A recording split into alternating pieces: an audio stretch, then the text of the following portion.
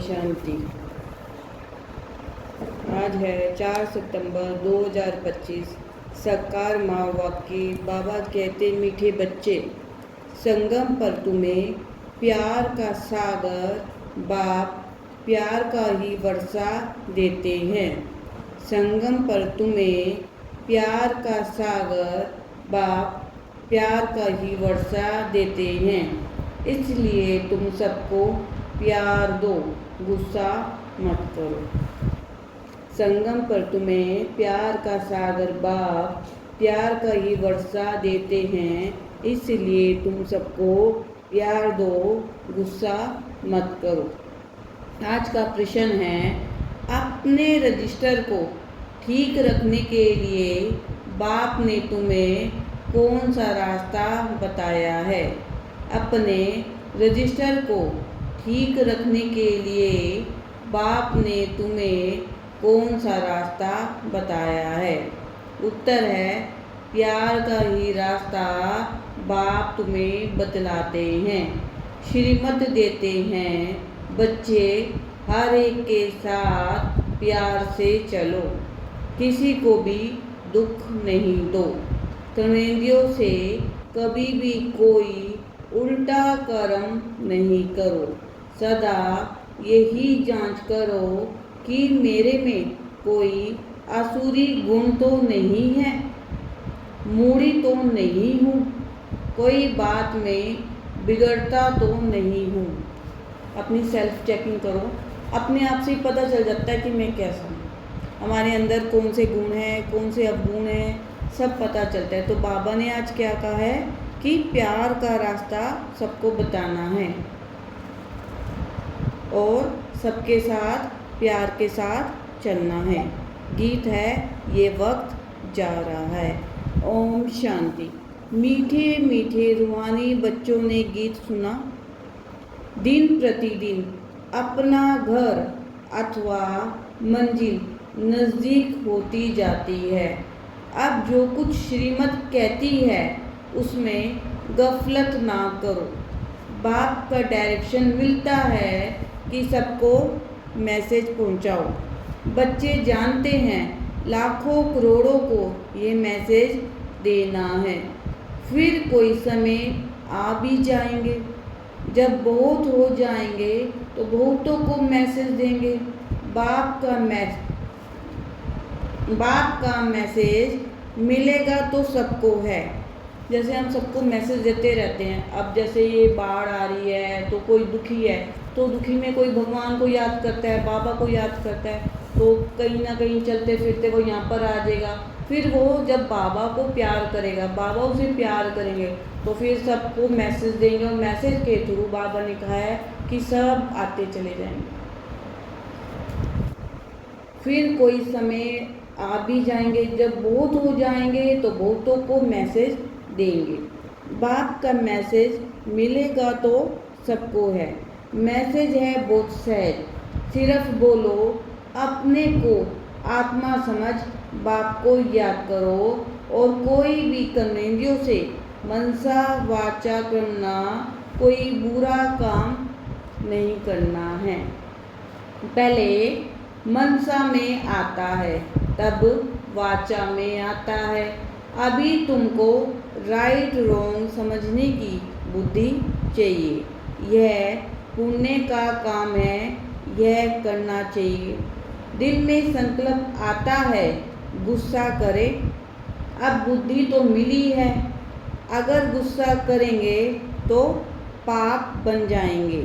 बाप को याद करने से पुण्य आत्मा बन जाएंगे।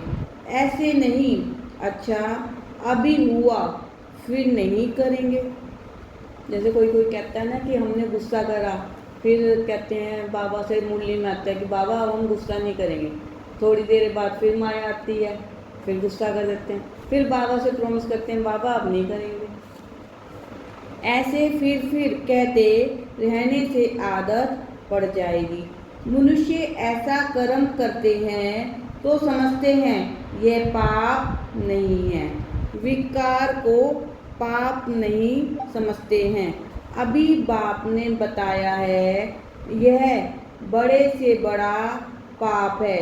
इन पर जीत पाना है और सबको मैसेज देना है कि बाप कहते हैं मुझे याद करो, मौत सामने खड़ा है। मौत सामने खड़ा है। जब कोई मरने पर होते हैं तो उनको कहते हैं गॉड फादर को याद करो, रिमेंबर गॉड फादर। वह समझते हैं यह गॉड फादर पास जाते हैं, परंतु वो लोग यह तो जानते नहीं कि गॉड फादर को याद करने से क्या होगा, कहाँ जाएंगे। आत्मा एक शरीर छोड़ दूसरा लेती है। गॉड फादर के पास तो कोई जा ना सके, तो अब तुम बच्चों को अविनाशी बाप की अविनाशी याद चाहिए।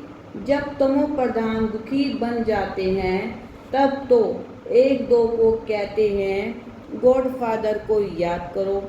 सब आत्माएं एक दो को कहती है, कहती तो आत्मा है ना, ऐसे नहीं कि परमात्मा कहते हैं। आत्मा आत्मा को कहती है बाप को याद करो। यह एक कॉमन रस्म है। मरने समय ईश्वर को याद करते हैं। ईश्वर का डर रहता है। समझते हैं अच्छा व बुरे कर्मों का फल ईश्वर ही देते हैं।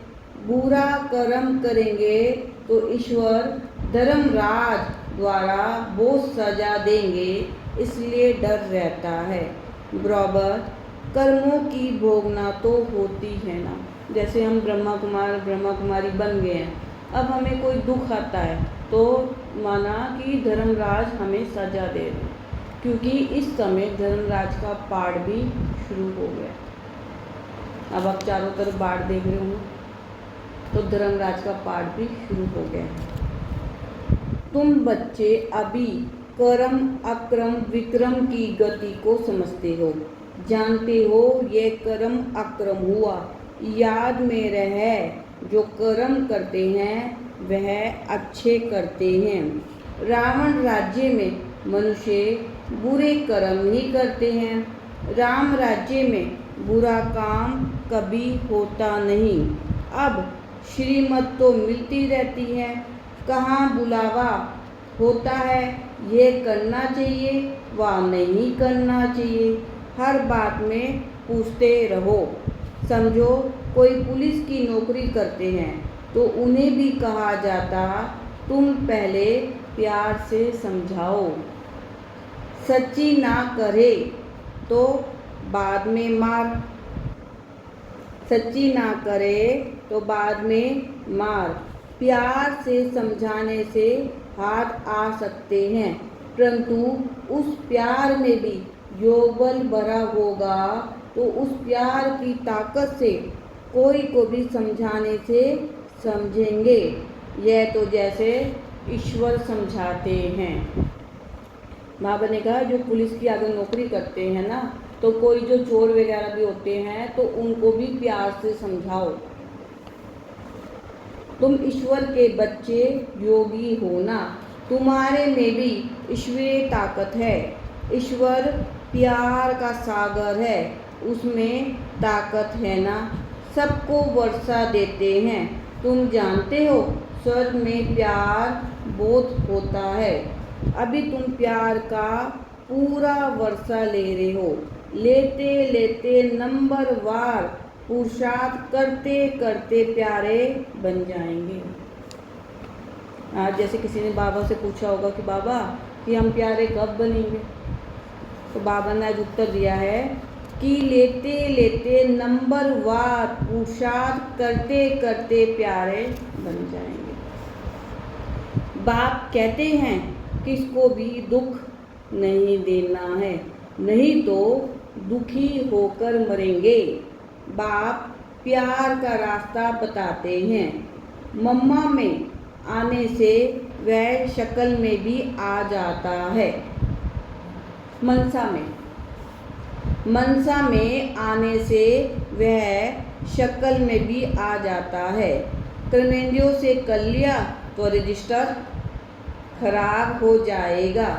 देवताओं की चाल चलन का गायन करते हैं ना, इसलिए बाबा कहते हैं देवताओं के पुजारियों को समझाओ, देवताओं के पुजारियों को समझाओ। आज बाबा ने ये क्यों कहा कि देवताओं के पुजारियों को समझाओ, बताओ।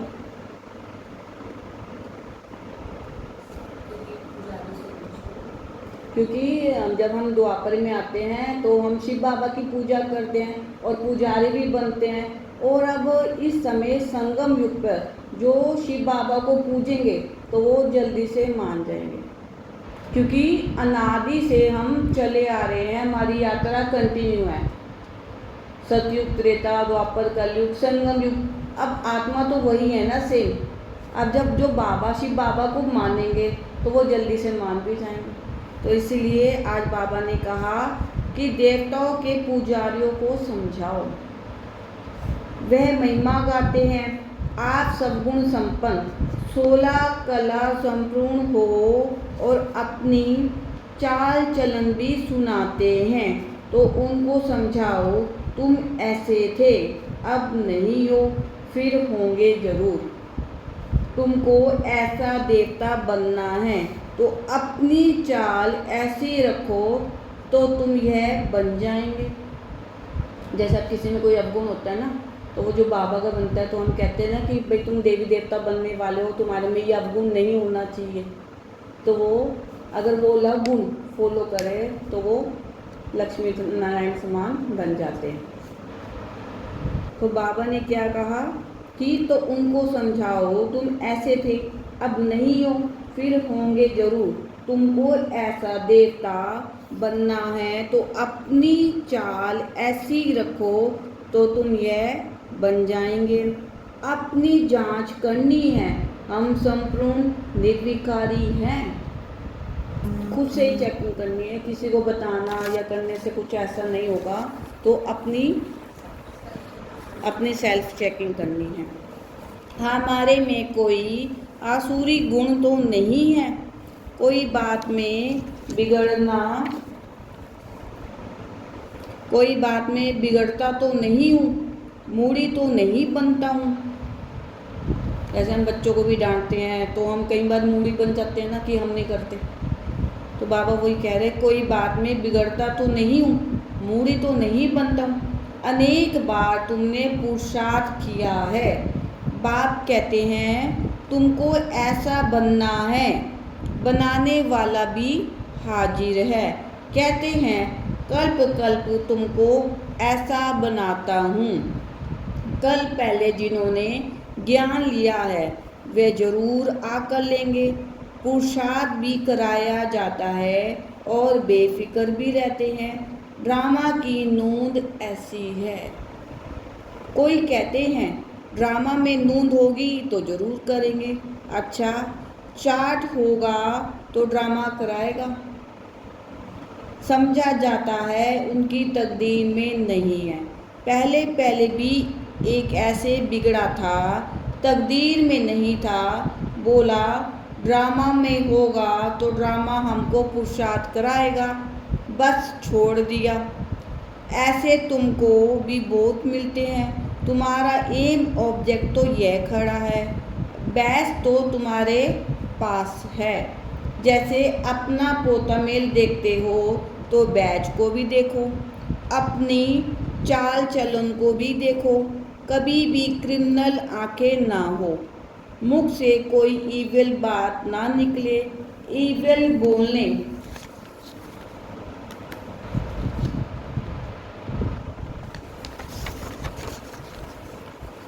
ईविल बोलने वाला ही नहीं होगा तो कान सुनेंगे कैसे। सतयुग में सब देवी गुण वाले होते हैं, ईविल कोई बात नहीं। इन्होंने भी प्रारब्ध बाप द्वारा ही पाई है। किन्होंने? ब्रह्मा बाबा ने। यह तो सबको बोलो, बाप को याद करो तो विक्रम विनाश हो जाएंगे। इसमें नुकसान की कोई बात नहीं है। संस्कार आत्मा ले जाती है।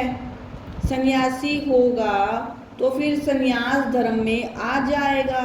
झाड़ तो उनका बढ़ता रहता है ना। इस समय तुम बदल रहे हो। मनुष्य ही देवता बनते हैं। सब कोई इकट्ठे थोड़े ही आएंगे फिर नंबरवार। ड्रामा में कोई बगैर समय एक्टर थोड़े ही स्टेज पर आ जाएंगे। अंदर बैठे रहते हैं। जब समय होता है तो बाहर स्टेज पर आते हैं पार्ट बजाने। वह हाथ का नाटक, ये है बेहद का नाटक। बुद्धि में है हम एक्टर्स को अपने समय पर आकर अपना पार्ट बजाना है। यह बेहद का बड़ा झाड़ है। नंबरवार आते जाते हैं। पहले पहले एक ही धर्म था। सभी धर्म वाले तो पहले आ ना सके। पहले तो देवी देवता धर्म वाले ही आएंगे पार्ट बजाने, सो भी नंबरवार। झाड़ के राज को भी समझाना है। जैसे द्वापर में कोई आएगा ना तो वो संगम युग पे सबसे पहले आएगा। जो द्वापर में शिव बाबा को जैसे वो बनाते हैं ना, लिंग वगैरह बनाएंगे तो जो पूजा करेंगे तो वो ही संगम युग पे पहले आएंगे, जो द्वापर में आएंगे। झाड़ के राज को भी समझाना है। बाप ही आकर सारे कल्प वृक्ष का ज्ञान सुनाते हैं। इनकी भेंट फिर निराकारी झाड़ से होती है। एक बाप ही कहते हैं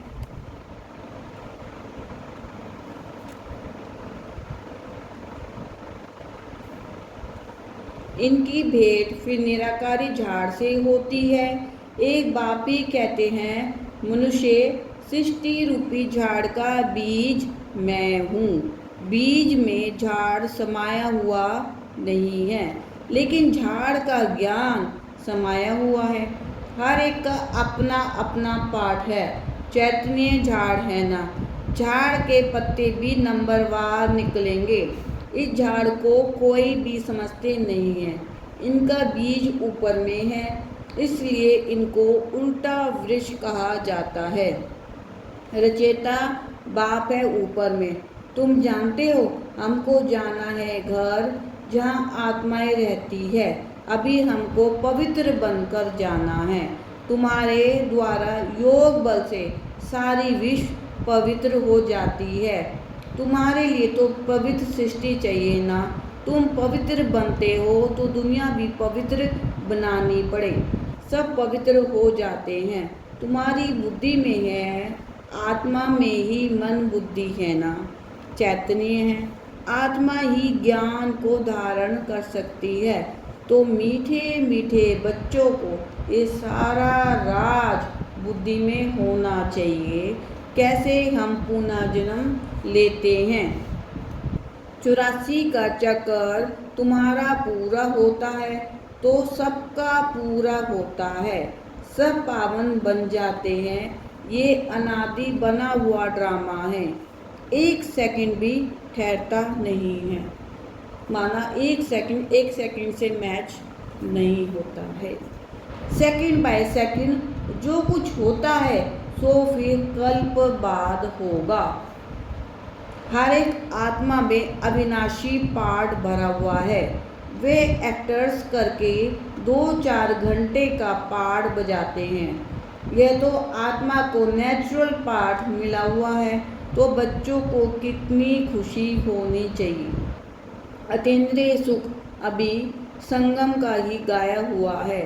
बाप आते हैं 21 जन्मों के लिए, हम सदा सुखी बनते हैं।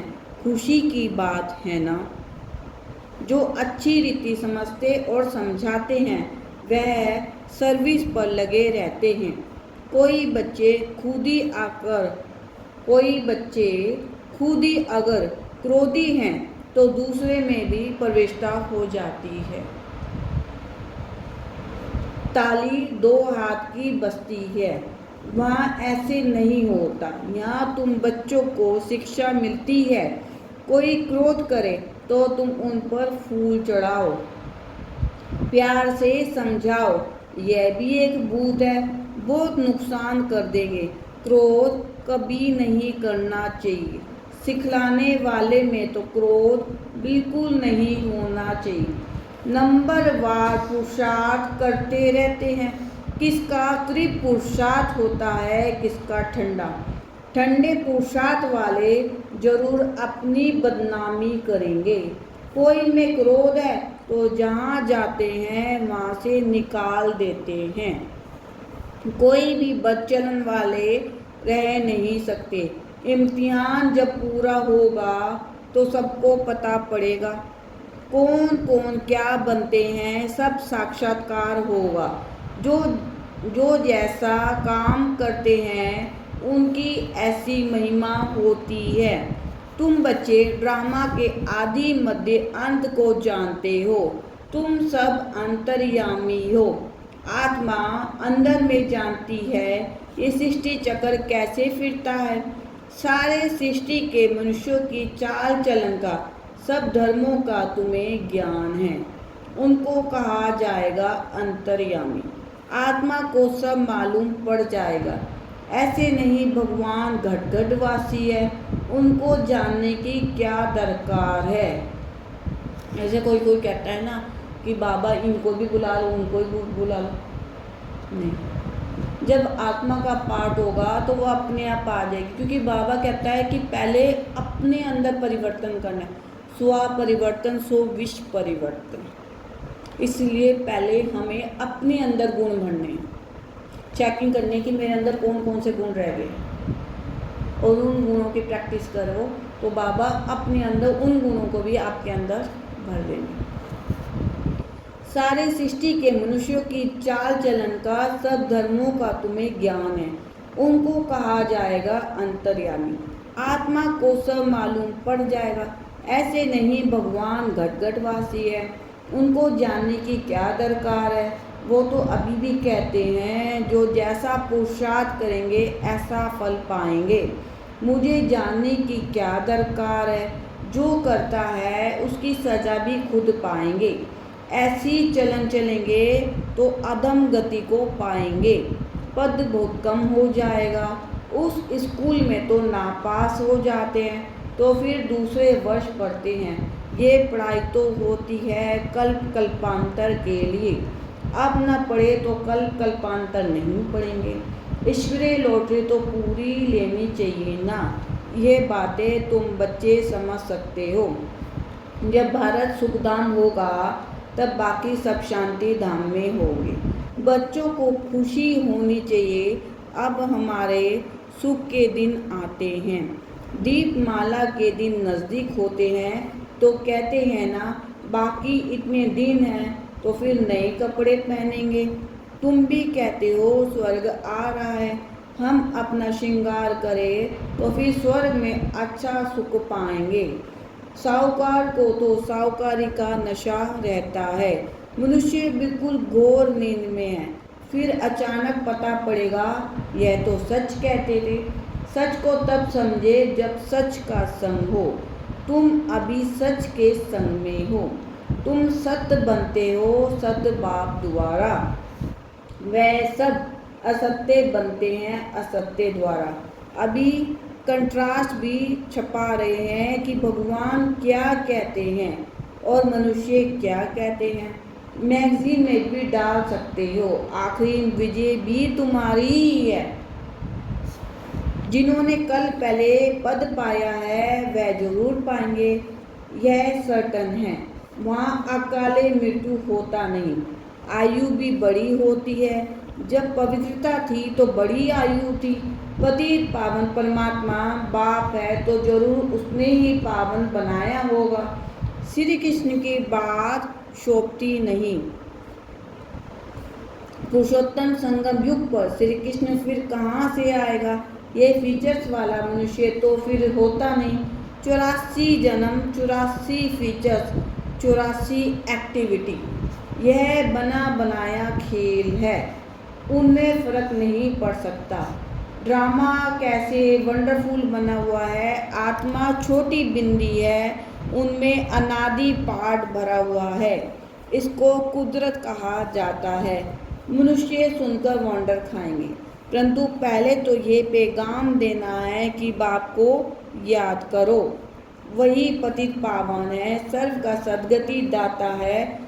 सतयुग में दुख की बात होती नहीं, कलयुग में तो कितना दुख है, परंतु ये बातें समझाने वाले नंबरवार है। बाप तो रोज समझाते रहते हैं। तुम बच्चे जानते हो शिव बाबा आया हुआ है, हमको पढ़ाने फिर साथ ले जाएंगे। साथ में रहने वालों से भी बांधलिया ज़्यादा याद करती है, वह ऊंच पद पा सकती है, यह भी समझ की बात है ना। बाबा की याद में बहुत तड़पती है। बाप कहते हैं बच्चे याद की यात्रा में रहो, दैवी गुण भी धारण करो तो बंधन कटते जाएंगे, पाप का घड़ा खत्म हो जाएगा। अच्छा, मीठे मीठे सीखी लदे बच्चों प्रति माता पिता बाप दादा का याद प्यार और गुड मॉर्निंग। रूहानी बाप की रूहानी बच्चों को नमस्ते।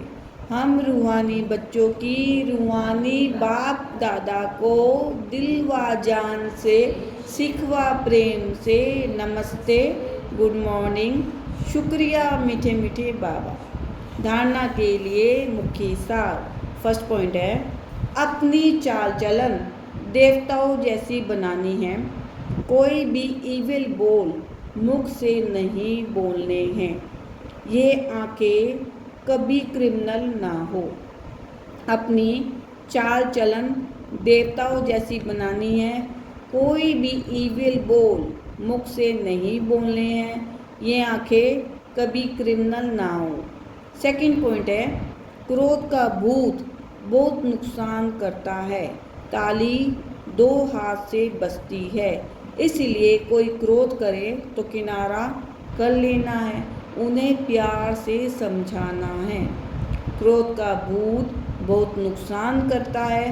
ताली दो हाथ से बजती है, इसलिए कोई क्रोध करे तो किनारा कर लेना है, उन्हें प्यार से समझाना है।